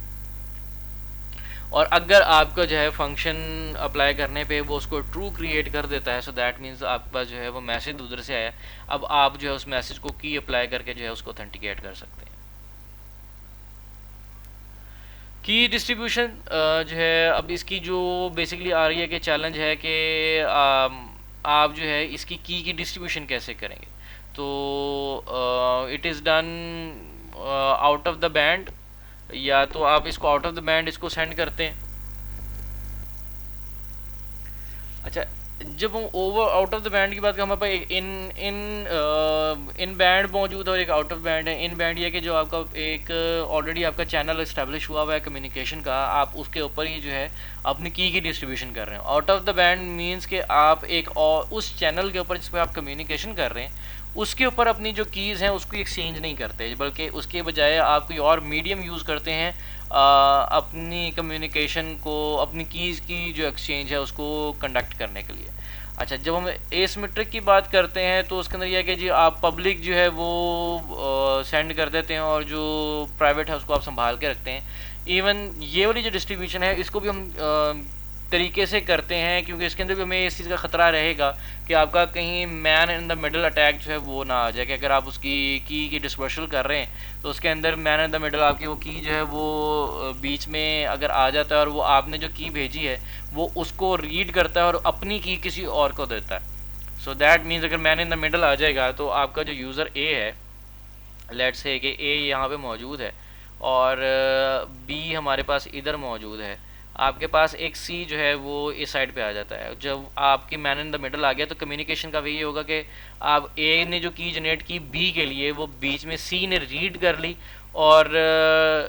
अब बेसिकली सी जो है वो अपनी पब्लिक की वो ए को दे देगा और बी को दे देगा। और जब ए जो है वो मैसेज को जो है वो इनक्रिप्ट कर रहा होगा तो वो सी के साथ कर देगा और सी को सेंड कर देगा। सी जो है उसको डिक्रिप्ट करके उसको रीड कर लेगा और उसको अपनी की के साथ जो है वो बी की के साथ जो है वो इनक्रिप्ट करके बी को अपना मैसेज जो है मॉडिफाइड वो सेंड कर दे। सो आपको जब की डिस्ट्रीब्यूशन करनी है फॉर एसिमेट्रिक, उसके अंदर भी इस चीज़ का जो है वो ख्याल रखना है कि उसकी की डिस्ट्रीब्यूशन जो है वो तरीके से हो कि मैन इन द मिडल जो है वो उसको रीड ना कर ले, वरना आपकी जो पूरी कम्युनिकेशन है वो कॉम्प्रोमाइज़ हो जाएगी। डिजिटल सर्टिफिकेट्स की बात करते हैं तो ये क्या है जी, proof of who and what owns a public key. ये अब आपके पास एक सर्टिफिकेट होता है कि कौन, ये प्रूफ है कि कौन आपकी जो पब्लिक की है वो उसको होल्ड कर रहा है। पब्लिक की digitally signed a trusted party, और इसके ऊपर एक जो है वो एक डिजिटल सिग्नेचर आ जाता है एक ऐसे थर्ड पार्टी जो कि ट्रस्ट वर्दी है और वो इस कीज़ को जो है वो चेक कर रहा है कि जो है वो डिजिटली साइंड होते हैं कि ये इस बंदे ने इस पब्लिक की को एक्सेप्ट किया हुआ है। Trusted party receives proof of identification from entity and certifies that public की बिलोंग्स टू द एंटिटी। अब ये थर्ड पार्टी इन सेंटर में बैठी हुई है और जब ये आपकी कीज़ जो हैं वो आपस में एक्सचेंज हो रही हैं तो ये उसको ऑथेंटिकेट कर रही है कि क्या ये कीज़ जो हैं वो ओरिजिनल हैं या नहीं हैं। अगर ओरिजिनल नहीं है तो वो इसको ऑथराइज़ नहीं करेगी इस कम्युनिकेशन को, और अगर वो ऑथराइज होती हैं तभी वो आपस में कम्युनिकेशन करेंगी। आप लोगों ने अक्सर देखा होगा कि हमारे पास एक सिंपल HTTP होता है और एक HTTPS हमारे पास मीडियम मौजूद है। जो बेसिकली HTTPS वाला मीडियम है वो सिक्योर्ड मीडियम है, यानी उसके अंदर हमारे पास जो है ये ट्रस्टेड कीज़ जो हैं वो इनेबल्ड हुई होती हैं। So certificate authority are trusted party. Their public key include their web browser distributions. They vouch for other authorities via digitally signed their keys and so on. अब ये जो सर्टिफिकेट जारी हो रहा है इसके अंदर आपके वेब ब्राउज़र की डिस्ट्रीब्यूशन की और आपके पब्लिक कीज़ हैं उनकी डिटेल्स और आपकी डिटेल्स जो हैं वो डिजिटली साइंड करके जो है एक दूसरे को प्रोवाइड की जाती हैं और वेरीफाई की जाती हैं। सो अब मैन इन द मिडल की जो हमने बात की थी कि उसके अंदर हमारे पास क्या चीज़ हो जाएगी कि अगर हमारे पास एक आपने मैसेज जो है वो जनरेट किया, आपने इनक्रिप्शन की, और जब आपने इनक्रिप्शन की है तो आपका जो मैसेज है, चूँकि आपकी की जो है वो डिस्ट्रीब्यूशन इस तरीके से हो गई कि आपने बजाय ये कि इनक्रिप्शन जो करनी थी वो इस वाले के साथ करते, अब आपने जो है वो इनक्रिप्शन इसके साथ हो गई है। क्योंकि मैन इन द मिडल था, उसने प्रिटेंड किया है कि वो यूज़र भी है। जो मैसेज आपका जनरेट हुआ वो आपका जो है वो अटैकर के पास चला गया, उसने इसको डिक्रिप्ट किया और मैसेज को रीड कर लिया, और इसको रीड करने के बाद उसने अपन उसको मैसेज को मॉडिफाई किया और उसको जो है वो इसके पब्लिक की के साथ जो है वो इनक्रिप्ट करके इसको भेज दिया। जब ये इसको डीक्रिप्ट पड़ेगा तो उसको जो मैसेज मिलेगा वो एक मॉडिफाइड मैसेज होगा, बजाय ये कि वो ओरिजिनल मैसेज हो जो कि एक्चुअल यूज़र ने आपको सेंड किया हो। जब इसकी इम्प्लीमेंटेशन की बात करते हैं तो ज़रूरी नहीं है कि ये आपका जो है वो फ़िज़िकल लेवल के ऊपर ही जाके वो इम्प्लीमेंट हो रहा हो। इसके मुख्तलिफ़ जगहों पे आपको जो है इसकी इम्प्लीमेंटेशन करनी पड़ेगी, क्योंकि प्रॉब्लम ये है कि आपको ये भी देखना पड़ेगा कि एक तो आपको उसकी ऑथेंटिकेशन कैसे करनी है, यूज़र की ऑथेंटिकेशन का लेवल कुछ और है, जो ईमेल डिलीवरी हो रही है वो लेवल कुछ और है। So can be done at various levels of ISO SSL at the transport layer, यानी आप इसके सिक्योर्ड आपका जो है वो आप SSL अप्लाई करते हैं इसके ट्रांसपोर्ट लेयर के ऊपर। इसी तरह नेटवर्क लेयर जो है इज़ टिपिकली IP सिक्योर्ड होती है, वहाँ पे आप ये वाला प्रोटोकॉल आप यूज़ कर रहे हैं, IKE फॉर की एक्सचेंज आप यूज़ कर रहे हैं, और वर्चुअल प्राइवेट नेटवर्क जो हैं वो आप यहाँ पे यूज़ कर रहे हैं ताकि आप जो है वो उसको जो है वो सिक्योर कर सकें।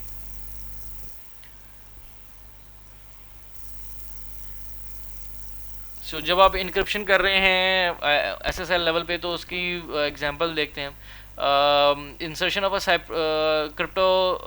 Cryptography at one layer of the ISO network model, जिसको आप ट्रांसपोर्ट लेयर के ऊपर आप करते हैं, इसकी क्रिप्टोग्राफी को आप अप्लाई करते हैं। तो आपका जो सॉकेट लेयर है आप उसको उसके ऊपर जो है आप जो है जो आप प्रोटोकॉल लगा रहे हैं वो आप सिंपल सॉकेट के बजाय आप उसको सिक्योर सॉकेट लेयर जो है वो कन्वर्ट कर रहे हैं। So cryptographic protocol that limits two computers to only exchange message with each other, यहाँ पे आप सिर्फ मैसेज एक दूसरे के साथ एक्सचेंज कर सकते हैं। Used between web servers and browser for secure communication, just like credit card numbers आपने अगर करने हो तो वहाँ पे आपके ओवर द नेटवर्क आप करने हो तो वहाँ पे SSL यूज़ कर रहे होते हैं। So the server is verified with certificate assuring the client is taking to correct server. अब इसके थ्रू ये है कि आपका जो सर्वर आपके जो सर्टिफिकेट्स हैं वो चीज़ को इंश्योर करेंगे कि आप करेक्ट सर्वर के साथ कनेक्ट हो रहे हैं, बजाय ये कि आप जो मैन इन द मिडल वाला है वो उससे आप बच सकें। So asymmetric cryptography used to establish a secure session key for bulk communication during the session. Communication between each computer then uses symmetry key cryptography. इसके बाद जो है जब आपका एक सेशन जनरेट हो गया तो उसके ऊपर आप जो है वो सिमेट्रिक की क्रिप्टोग्राफी जो है वो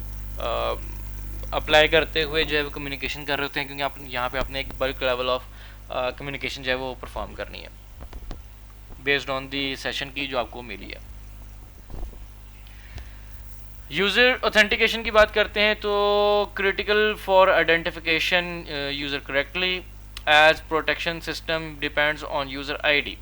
आपको ऑथेंटिकेशन की बहुत ज़्यादा ज़रूरत पड़ रही है, क्योंकि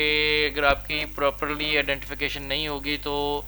आप जो है वो कोई और प्रिटेंड करके आपका सिस्टम को जो है वो यूज़ कर सकता है और आपके पासवर्ड को यूटिलाइज़ करते हुए आपकी जो इंफॉर्मेशन है उसका मिसयूज़ कर सकता है। सो user identity most often established through passwords can be considered special case of either keys और कैपेबिलिटीज़। अक्सर औकात आपने देखा होगा कुछ सिस्टम्स जो हैं वो स्पेशल उनके रिक्वायरमेंट्स हैं जो आपने कि आपने पासवर्ड जनरेट करना है, उसके अंदर आपको स्पेशल कैपेबिलिटीज़ रिक्वायर्ड होती हैं। कुछ कहते हैं कि जी उसके अंदर आप कुछ कीवर्ड्स यूज़ करें, जस्ट लाइक कीवर्ड्स नहीं कहना चाहिए, यानी कुछ स्पेशल करैक्टर्स यूज़ करें, जो है लोअर केस और अपर केस दोनों का मिक्सचर यूज़ करें। तो वो इंश्योर करवा रहे होते हैं कि उसकी कॉम्प्लेक्सिटी इतनी हो कि आपका जो पासवर्ड है वो जल्दी जो है वो डिक्रिप्ट ना हो सके या वो जो है वो लीक आउट ना हो सके। और पासवर्ड आपको जो है वो ऑथेंटिकेशन के लिए कहा जाता है कि जी आपने पासवर्ड को जो है वो अपने तक रखें, ताकि जितने ज़्यादा लोगों को आप बताएंगे आप ज़्यादा वल्नरेबल हो जाते हैं इस अटैक के।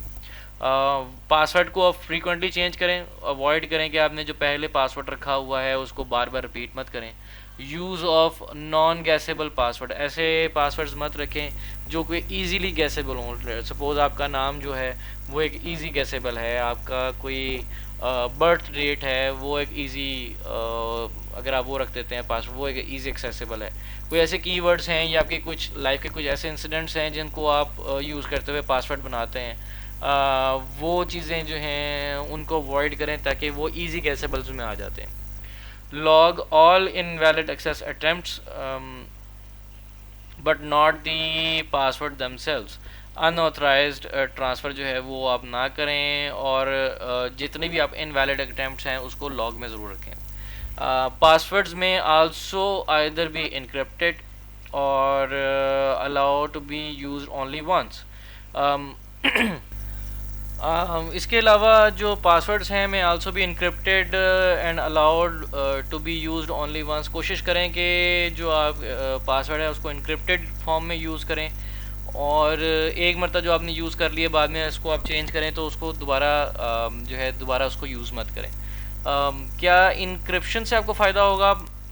फ़ायदा ये होगा कि आपकी स्निफिंग नहीं आपके सिस्टम की हो सकेगी, शोल्डर सर्फिंग नहीं हो सकेगी, कोई आपका जो है वो पासवर्ड देख जाता है तो वो आप उससे बच जाएंगे।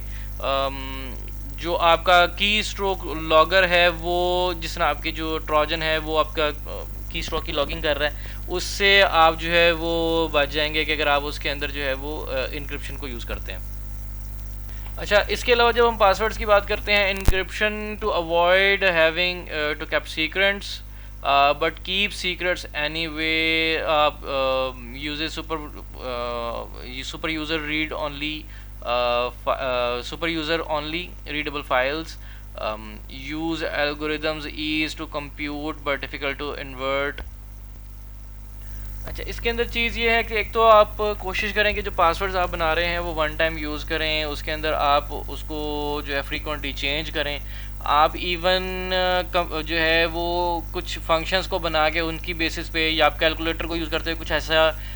कैलकुलेशंस बना के उसके थ्रू आप जो है अपना को पासवर्ड जनरेट कर सकते हैं, जो कि आपका पासवर्ड जो है वो बेहतर हो जाएगा। बायोमेट्रिक को यूज़ किया जा सकता है क्योंकि फिंगरप्रिंट जो है वो और हैंड स्कैन जो है वो पासवर्ड जो है वो इतनी जल्दी जो है वो ब्रेक करना आसान नहीं होता, क्योंकि हर बंदे का जो फिंगरप्रिंट है और हैंड स्कैन है वो यूनिक है, तो उसको भी ब्रेक करना आसान नहीं होता। मल्टी फैक्टर ऑथेंटिकेशन, मल्टीपल जो है वो ऑथेंटिकेशन वेज होते हैं कि जिसना आपने बायोमेट्रिक के थ्रू ऑथेंटिकेट कर दिया, या इवन यूएसबी डिवाइसेस अवेलेबल होती हैं जिनको आप लगाते हैं और आपका पासवर्ड की ऑथेंटिकेशन हो जाती है। सो मल्टी फैक्टर जब आप इंक्लूड कर देते हैं, या उससे फिर जो है वो आपके जो सिस्टम की जो पासवर्ड प्रोटेक्शन वो बेहतर हो जाती है। इतनी जो ख़ास तौर पे जनाब मल्टी फैक्टर की बात कर रहे हैं, ये उन सिस्टम के लिए ज़्यादा बेहतर रहती है जहाँ पे आपका सिस्टम की के अंदर जो डाटा मौजूद है वो काफ़ी क्रूशल किस्म का हो। जब हम इम्प्लीमेंटेशन की बात करते हैं सिक्योरिटी डिफेंसेस की, तो इसके अंदर हमारे पास आ जाता है डिफेंसेस इन डेप्थ। यानी ये कि is the most common security theory, multi layer of security जो है वो प्रोवाइड करें, यानी एक अगर ब्रीच हो भी जाती है तो दूसरी लेयर अवेलेबल हो उसको प्रोटेक्ट करने के लिए। Security policy describe what is being secured, किस चीज़ को आप सिक्योर करने जा रहे हैं, उसके लिए आप उसकी जो है वो पॉलिसी डिफ़ाइन करें। vulnerability assessment compares real state of system network compared to the security policy। जब आप ये पॉलिसी डिफ़ाइन की होगी कि आपने किस चीज़ को सिक्योर करना है, तो उसके मुताबिक फिर आप उसका जो प्रोटोकॉल है वो भी डिज़ाइन करेंगे कि आपने उसको कैसे डिज़ाइन करना है, कि आप उसको नेटवर्क से असेस किस हद तक देंगे कि वो जो है वो उतना ही नेटवर्क को यूज़ करे जिससे उसकी सिक्योरिटी जो है वो ब्रीच नहीं होती। Intrusion detection, to detect the attempt of successful intrusion, आपका इंट्रूजन डिटेक्शन आपको करनी पड़ेगी कि उस सिस्टम के साथ जो है वो कौन जो है वो उसको यूज़ करने की कोशिश कर रहा है और क्या वो उसका ऑथराइज है भी कि नहीं। Signature based detection spots known for bad patterns, anomaly detection spots differences from normal behaviour, यानी आप उसको चेक कर सकते हैं अगर एक बंदे के जो है वो यूज़र जो है, एक यूज़र ए है, वो सिस्टम को एड्रेस करने की कोशिश कर रहा है लेकिन उसका बिहेवियर फ्रॉम नॉर्मल थोड़ा डिफरेंट है, तो आप उसके ऊपर जो है उसको रोक सकते हैं। नॉर्मली अगर कोई डिटेक्ट की है, यानी उसका जो बिहेवियर है, जिस तरीके में उसका राइटिंग पैटर्न होता है या जितनी उसकी कोई स्ट्रोक जो पैटर्न है, अगर उससे कोई चेंज आ रहा है तो आप उसको डिटेक्ट करते हैं कि ये एक पोटेंशियल जो है वो सिक्योरिटी रिस्क हो सकता है, तो आप उसको शट डाउन कर सकते हैं और उसके अगेंस्ट आप कोई एक्शन जो है वो परफॉर्म कर सकते हैं, या उसको क्रॉस वेरीफाई कर सकते हैं कि क्या ये बंदा वही है जो इसको एक्सेस कर सकता है या नहीं। इसी तरह false positives and false negatives, problem के वो कितनी मरतबा जो है वो गलत जो है वो पासवर्ड एंटर कर रहा है या उसको एंटर होने की कोशिश कर रहा है रॉन्ग वे में, या कितनी मरतबा सही था लेकिन उसकी अटैम्प्ट जो है वो गलत हो गई है। यानी दो चीज़ें हैं कि एक है कि एक बंदे ने पासवर्ड गलत एंटर कर दिया और वो यूज़र खुद यूज़र ने गलत अटैम्प्ट कर दी, उसको आपको डिफ्रेंशिएट करना चाहिए कि जिस बंदे ने गलत अटैम्प्ट की है और वो बंदा भी ऑथेंटिकेटेड पर्सन नहीं है। So there are two kind of person, एक वो यूज़र है जो खुद उसका यूज़र है लेकिन उससे गलती से पासवर्ड जो है वो गलत एंटर हो गया, और एक वो पर्सन है जो सिस्टम को जो है वो पासवर्ड एंटर करने की कोशिश कर रहा है जो सिस्टम का यूज़र नहीं है और उसको इस सिस्टम के साथ अटैचमेंट की इजाज़त भी नहीं है। सो वायरस प्रोटेक्शन इसमें आ जाएगी साथ, searching all program and programs to at execution for non virus patterns, कि आपके पास जो एक डेटाबेस मौजूद है वायरस का, आप उसको यूज़ करते हुए अपने प्रोग्राम्स को चेक करें कि क्या इसके अंदर कोई ऐसा वायरस या उससे मिलती जुलती कोई प्रोग्रामिंग आपको नज़र तो नहीं आ रही। Practice safe computing, avoid source of infection, download from only good sites etcetera. Normally जब हम कोई सॉफ्टवेयर यूज़ करने जाते हैं या कोई एप्लीकेशन यूज़ करने जाते हैं तो हम जो है नेटवर्क से डायरेक्टली उसको जो है वो डाउनलोड करते हैं और यूज़ करना शुरू कर देते हैं। कोशिश करें कि हम वहाँ से डाउनलोड करें जो कि रिनाउंड हो के वहाँ पे जो मटेरियल मौजूद है वो इन्फेक्शियस नहीं है। गुड साइट्स को यूज़ करें, ऐसी सस्पिशियस साइट्स का रुख मत करें जिससे शक हो कि आपके सिस्टम जो है वो अटैक हो सकता है, क्योंकि अगर वहाँ से आप यूज़ करते हैं और आपके प्रोग्राम कोई ऐसा सिस्टम के अंदर एंटर हो जाता है तो वो आपके सिस्टम को डेफिनेटली उसकी डिफेंसेस को जो है वो वल्नरेबल कर देगा। Firewall, network firewall is place between trusted and untrusted host. आप एक फायरवॉल इंस्टॉल करते हैं जिससे आप जो भी ऐसी चीज़ हो जो कि अनट्रस्टेड हो, वो जैसे ही आपके सिस्टम में ओपन होने की कोशिश करेगा तो सिस्टम आपसे इजाज़त ले कि इसको एक्सेस करने देना है या नहीं, और अगर आप समझते हैं कि इसको एक्सेस होना चाहिए तब वो आपके सिस्टम के अंदर रन करे या आपके सिस्टम में अपना जो है डॉक्यूमेंट है वो प्लेस कर सके। So a firewall limits network access between the two security domains. आपको जो है वो आपको एक प्रिविलेज देती है कि आप जो नेटवर्क है उसकी एक्सेस को सिस्टम के साथ वो मिनिमम कर सकें। इसी तरह personal firewall is a software layer on a given host. आप इसके अलावा जो आपका ऑपरेटिंग सिस्टम है उसके अलावा आप अपनी भी फायरवॉल्स जो है वो इंस्टॉल कर सकते हैं, अपने स्पेशल सॉफ्टवेयर इंस्टॉल कर सकते हैं ताकि आपके सिस्टम को मज़ीद जो है वो प्रोटेक्शन मिल सके, मॉनिटर करने में और ट्रैफिक को लिमिट कर सकें आप जो नेटवर्क से आ रही है या जा रही है। Application proxy firewall understand application protocol and can control them. आप जो जिस तरह हम करते हैं कि हमारे पास ईमेल्स आती हैं तो उसके लिए हम स्पेशल जो है वो सिक्योरिटी प्रोटोकॉल्स यूज़ करते हैं ताकि आपकी ईमेल जो आपके सिस्टम के अंदर डायरेक्टली आके डाउनलोड हो रही हैं वो जो है वो प्रोटेक्टेड वे में आए, ताकि आपकी जो ईमेल्स है उसके अंदर कोई ऐसी ईमेल के साथ कोई ऐसा स्टफ़ ना आ जाए जो आपके सिस्टम को इन्फेक्ट कर सके।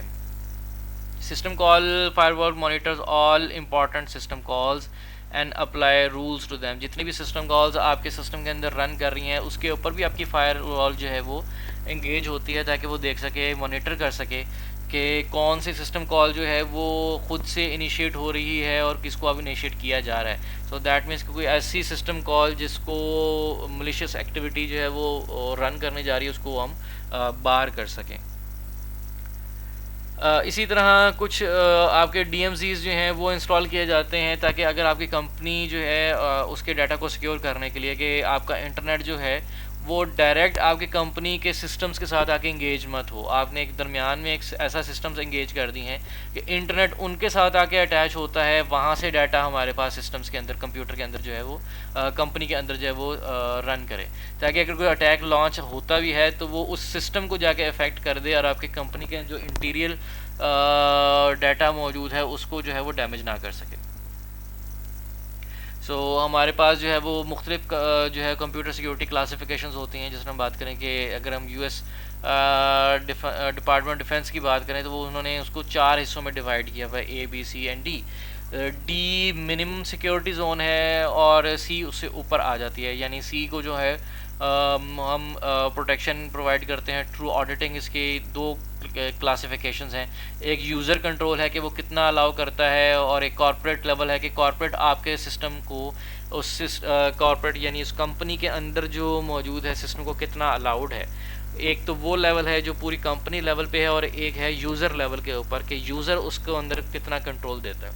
इसके ऊपर आ जाती है लेवल B इसके अंदर जो लेवल बी है इसके अंदर सी वाली तो तमाम ऑब्लिगेशंस मौजूद हैं। हाउवर ईच ऑब्जेक्ट में have a unique sensitivity label, जितनी इसके अंदर जितने भी हर सिस्टम अलहदा मौजूद है उसकी अपनी एक अलहदा सिस्टम की, यानी अगर एक ऑर्गेनाइजेशन के अंदर कोई 10 सिस्टम्स हैं और हर सिस्टम की सेंसिटिविटी अलहदा है, तो हर सिस्टम के लिए अलहदा प्रोटोकॉल जो है वो यूज़ हो रहा होगा, सिक्योरिटी लेवल यूज़ हो रहा होगा। इसके बाद आ जाता है ए कैटेगरी। जब ए क्लासिफिकेशन में जाते हैं तो यहाँ पे बाकायदा पूरी एक फॉर्मल डिज़ाइन और वेरिफिकेशन टेक्निक मौजूद है, जिसके बाद आप जो है सिस्टम को यूज़ कर सकते हैं, और विदाउट दैट वेरिफिकेशन टेक्निक्स आप जो है उस सिस्टम को जो है वो यूज़ नहीं कर सकते ओवर द नेटवर्क, और जो एक्सेस है उसकी आप बिल्कुल जो है वो प्रोटोकॉल्स डिफ़ाइन किए हुए हैं आपने कि आप उसको कैसे यूज़ करेंगे।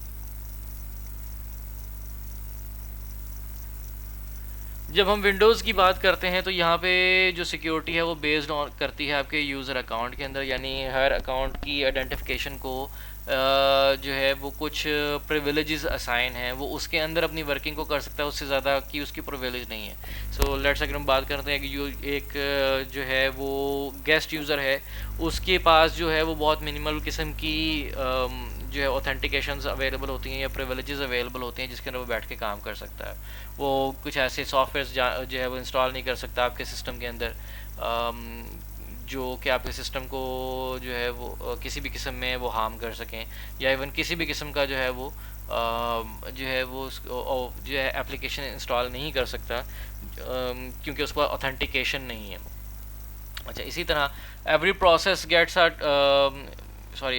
Login to ID creates a security access token. जब भी आप सिस्टम में एंटर होंगे आपको एक टोकन जारी कर दिया जाएगा, include security ID for users group and special privileges, जो कि डिफाइन करोगे कि वो कौन से ग्रुप के साथ अफिलिएटेड है और उस ग्रुप के लिहाज से उसको प्रिविलेजेस जो हैं वो साइन कर दी जाएंगी। Every process gets a copy of the token, हर प्रोसेस को वो टोकन प्रोवाइड कर दिया जाएगा। System checks token to determine is if access allowed और डिनाइड, अब वो उसके मुताबिक वो देखेगा कि ये जिस ग्रुप में फॉल कर रहा है ये यूज़र जो है जिसका टोकन उसको अवेलेबल हुआ है, क्या उसको प्रिविलेज है उसके जो है सॉफ्टवेयर को यूज़ करते उसको वर्किंग करने की, उस प्रोसेस को यूज़ करने की, और उस प्रोसेस के अंदर अगर वो यूज़ करने की इजाज़त है भी तो कितनी इजाज़त है, क्या वो सिर्फ रीड कर सकता है, क्या वो राइट कर सकता है, क्या वो उसके राइट्स को चेंज कर सकता है या क्या कर सकता है। So uses a subject model to ensure access security. A subject tracks and manage permission for each program that users run. अब ये जो है वो आपको परमिशन के मुताबिक आपको पता लगेगा कि जी आप कौन सा प्रोसेस कितनी परमिशन के साथ जो है वर्किंग कर सकते हैं, क्या आप रन कर सकते हैं, और रन करने के बाद क्या आप डाटा को मॉडिफाई कर सकते हैं या नहीं कर सकते, या कर भी सकते हैं तो कितने क्रिटिकल लेवल तक आप उसको जो है मॉडिफाई कर सकते हैं। So each object in Windows has a security attribute defined by the security descriptor. For example, a file has a security descriptor that indicates that access permission for all users. So अगर एक file है उसके ऊपर permission तमाम user की है तो तमाम अफराद जो है उस फाइल को एक्सेस कर सकते हैं, उसको रीड कर सकते हैं, उसको राइट कर सकते हैं, उसको एग्जीक्यूट कर सकते हैं, उसको ओवरराइट कर सकते हैं, उसको इवन डिलीट कर सकते हैं। लेकिन अगर आप जो है डिस्क्रिप्टर जो है वो उसको अलाउ नहीं करता कि वो उसको सवाए रीड करने के उस पर कोई काम ना कर सके, तो वहाँ पे उसको बाहर लग जाएगी और वो सिर्फ उसको रीड कर पाएगा, उसके ऊपर कोई वर्किंग परफॉर्म नहीं कर पाएगा। So Windows added mandatory integrity control assign integrity label to each securable object and subject. Subject must have access requested in discriminatory access control list of gain access to object। यानी आपके पास जो है वो label जो है वो हर object के साथ एसोसिएट हो जाएगा कि आप जो है वो कौन सी फ़ाइल को कितना एक्सेस कर सकते हैं, तो ये लेबल जो है वो आपका जो आपका एक्सेस कंट्रोल है वो उसको प्रोवाइड करेगा कि आप कितनी एक्सेस जो है वो प्रोवाइड कर सकते हैं एक ऑब्जेक्ट के लिए। Security attribute described by security descriptor, owner group security identification, discriminatory access control list, and system access control list. अब ये डिटेल जो है वो आपके पास सिक्योरिटी डिस्क्रिप्टर के पास भी मौजूद है कि कौन सा ऑनर जो है कौन सी ग्रुप की कौन सी आईडीज़ हैं, कौन सा ऑनर आईडीज़ हैं, और इनके साथ कौन कौन सी जो एक्सेस कंट्रोल हैं वो कौन से ग्रुप के साथ और कौन सी आईडी के साथ कौन से एक्सेस कंट्रोल्स हैं वो इनेबल्ड हैं। सो जो भी आप ग्रुप के अंदर फॉल कर रहे होंगे वो वाले जो एक्सेस कंट्रोल्स हैं वो आपको अवेलेबल हो जाएंगे। So this is your chapter, hopefully आपको समझ आया होगा।